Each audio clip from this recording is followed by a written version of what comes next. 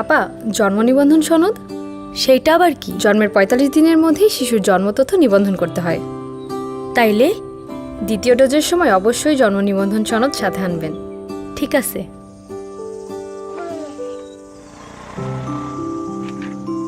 নেন স্যার। জন্ম নিবন্ধন সনদ? ও তা তো করাই হয় নাই। শিশুর স্কুলের ভর্তির জন্য জন্ম নিবন্ধন সনদ অত্যাবশ্যক। বুঝলেন তো যথাসময়ে জন্ম নিবন্ধনের গুরুত্ব। স্কুলে ভর্তি, বিবাহ নিবন্ধন, পাসপোর্ট ইস্যু, জাতীয় পরিচয়পত্র, জমি রেজিস্ট্রেশন সহ 18টিরও অধিক নাগরিক অধিকার নিশ্চিত করতে প্রয়োজন জন্ম নিবন্ধন। আবার উত্তরাধিকার সনদ, পেনশন, নামজারির জন্য প্রয়োজন মৃত্যু নিবন্ধন। এখন আমি নিশ্চিন্ত।